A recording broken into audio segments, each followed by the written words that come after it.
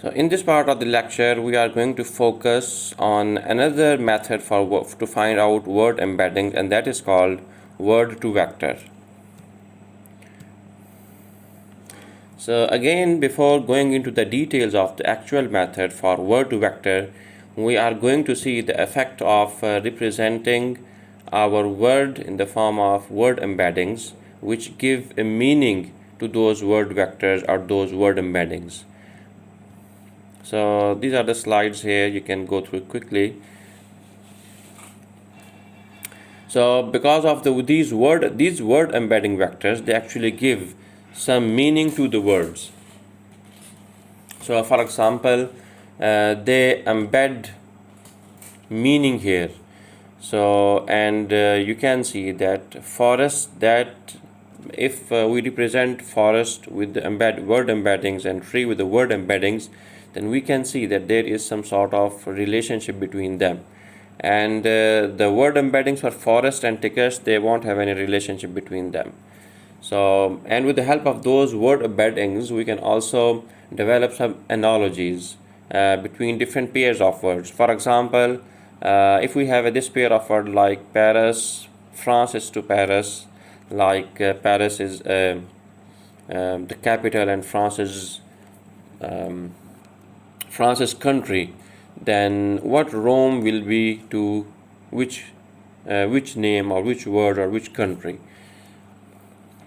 So with the help of these word embeddings, we can also draw some analogies.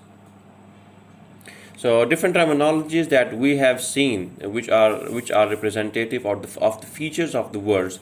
These are integers and one-hot vectors. One-hot vector is also called word vectors, and the other form of word vectors, which they are word embeddings, which are we have seen one method for that based upon the vector models, vector space model, and the other method we are going to see is Word2Vector. So what is actually the word embedding process? First of all, we will see that we want to find out again in the word embedding process, we actually contextualize our words. We want to find out word embeddings. So now word embedding means those word vectors. Word embedding means that the vectors, which the feature vectors that is a representative of a word.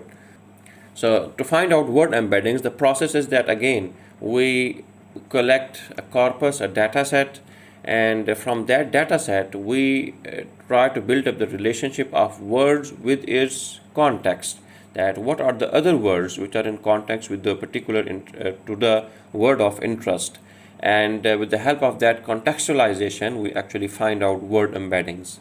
Embedding vectors are generated as a byproduct of a machine learning model development. So this method of finding word embeddings is a self-supervised learning process. And what do we mean by self-supervised learning process?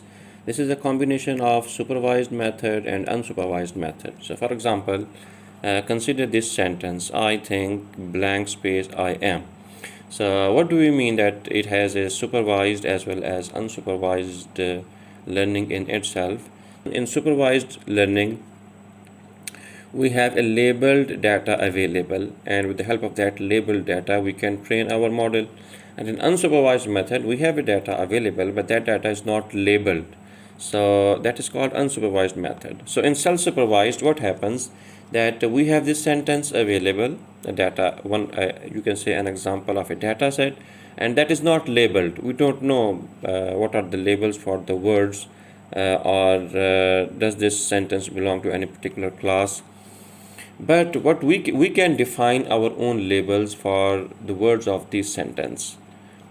Like when we want to train our model on this sentence, so what we can do, we can say that okay, let's consider one word as a center word and other words around it as a context words. So for example, if this sentence is fully like I think that I am, so then I can say that the word that, it can be considered as a centered word, and the other words around it, they can be considered as a context word. So in this way, what I am doing is I am labeling this sentence or the words of this sentence. In the same way, I can consider that this think word, this is a center word, and the other words around it, they are context word. So I am making this unsupervised learning as supervised in the way that I am defining the labels of these words on my own. So this is called self-supervised learning process. So embedding method is a self-supervised learning process, and as a result of this, we end up with a machine learning model, and as a byproduct of this machine learning model, we get word embeddings. How do we get it? Let's move forward to see it. So we have a corpus available, we have a dataset available, we transform it, like words are converted to integers and vectors, one hot vectors, and then that is passed through this embedding method, and at the end of after passing through the embedding method, we get word embeddings. So now we particularly see what are different word embedding methods. The famous one is Word2Vec. Another one is which actually uses two methods, two famous methods like continuous background words CBOW and skip gram methods. We will look at CBOW, continuous background words method, in a short while. And another word embedding method is globe vector. That is based upon co-occurrence matrices that we have already seen, those co-occurrence matrices. And then there is another method which is called fast text, that was devised by Facebook people. And there are some advanced methods, deep learning based methods like BERT, ELMO, and GPT-2. Now we have GPT-3 and 4, and the world is familiar with that one. And the good thing for those contextual embedding methods is that they are available as a tunable pre-trained method. So just as in the transfer learning, we have a pre-trained model, and that pre-trained model can be tuned according to our own data set. So these models are also available, and we are also available as a pre-trained model, and they can be tuned according to our own small size data set.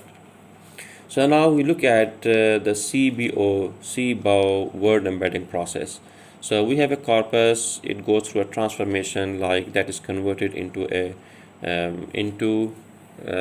one hot vectors. So we have a corpus, we transfer our corpus into one hot encoding or one hot vectors. Then we have a context word. We have a context word, and we apply these context words to our CBOW model. CBOW model is nothing more than a simple single layer neural network, and we provide a label which is the middle term, the middle word as a label, and we train our CBOW model, which is a one layer neural network. We train it. So we are actually training this CBOW for language modeling. It is very much similar to the language modeling that we have seen before. And we keep on giving different sentences as a context word, and we keep on providing middle word as a center words as a labels, and in this way we develop our machine learning model, and that the machine learning model then at the end, when the training is complete, so then the weight vectors, they actually give us word embeddings of particular words. So we will see that. Let's go into further details that we have this training example. I am happy because I am learning. So now we are going to provide this sentence. We are going to find out word embeddings out of them. So how do we do that? So first of all, we specify the window size. That what is the window size for our training. So in window size, we have a center word, and then we have context words. So these are context words, and we have a center word. So window size, it can be large, I mean 10, 20, 100, 500, depending upon the size of our data set. But here, as a toy example, we are considering window size as a 5. So now what happens that we have a corpus here. I am happy because I am learning. So since our window size is 5, so first time in the beginning we are considering the first 5 words. Okay, so here we have we have context words, and here we have center word. So we provide these context words and this center word as a label and context word as an input to this CBOW model, and we train on it. Then we move our window towards right by one word. We take next 5 words, we specify or label them as a center word and context word. We again train our CBOW model on context words and provide center word as an output label, and then we train on that data, and we keep on doing for our whole data set. So at the end of the day, when our training is complete, we get a machine learning model which is for language modeling task, but as a byproduct of that machine learning, if we look at its weight matrices, so we can find out word vectors from those weight matrices. We see how. So now if we further go into the details, that we have a corpus and we have a vocabulary out of that corpus. So we convert our all of the words into one hot vectors, like am has this one hot vector, because has this one hot vector. So all of these words, they have these hot vectors. So we have already seen that how do we develop a hot vector, one hot vector for each word. And then we take average. For example, if we have these words, I am, because I'm, these are all context words. So we convert all those, we take one hot vectors of all context words, we take their average, and these context words, they are converted into one vector, this one vector. And now this one vector is given as an input to our CBOW model. So these are context words. It is the vector representation of context word. This is the center word. Center word is represented by this one. So in this way, we keep on getting the context words vectors and centered word vectors, and then we apply those inputs to our CBOW model. So CBOW model, what is CBOW model? You can see here that it is simply a one hidden layer neural network where the input size is equal to the vocabulary size of our data, and output size is also equal to the vocabulary size. So at the output we give our center word, at the input we give our context words. So just as we have seen before, that all the context word, they are converted into one feature vector. So that feature vector is supplied at the input, and our center word, that is applied at the output as a label vector. And here we have weight matrices and activation function as a value. Input size is equal to v, the vocabulary size. The output size is equal to v, the vocabulary size, and hidden layer has the size equal to capital N. So the weight matrix has a size of n cross v. So here you can see the whole picture, that all of our context word, they are combined into as a one matrix. Each vector input, each context word that is converted as a one vector x1, and that is supplied, and so all those operations are performed in a matrix form. So here we have input matrix, we have weight matrix of size n cross m, then we have output matrix of size v cross m. So so in this way we learn our whole CBOW model, and when we performed learning on them, so here you can see that input context word are provided as input. We have a CBOW model which have these parameters. It has input matrix W1 and W2 matrix, which is in between hidden layer and the output layer, and it generates a prediction. That prediction is compared with the true label, which is our center word, and then that loss or error that is propagated back, and in this way our CBOW model, it actually performs learning, its weights are updated. So when all of the weights are updated, when the learning is complete, so what do we get?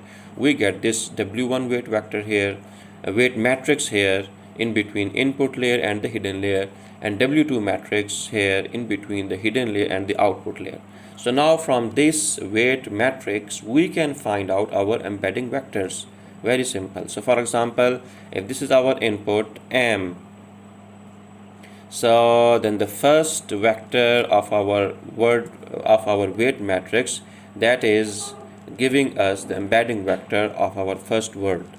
So if you see that since the number of vectors in our weight matrix, that is equal to the number of words in our vocabulary V. So each one vector of weight, that is actually embedding vector for its corresponding word.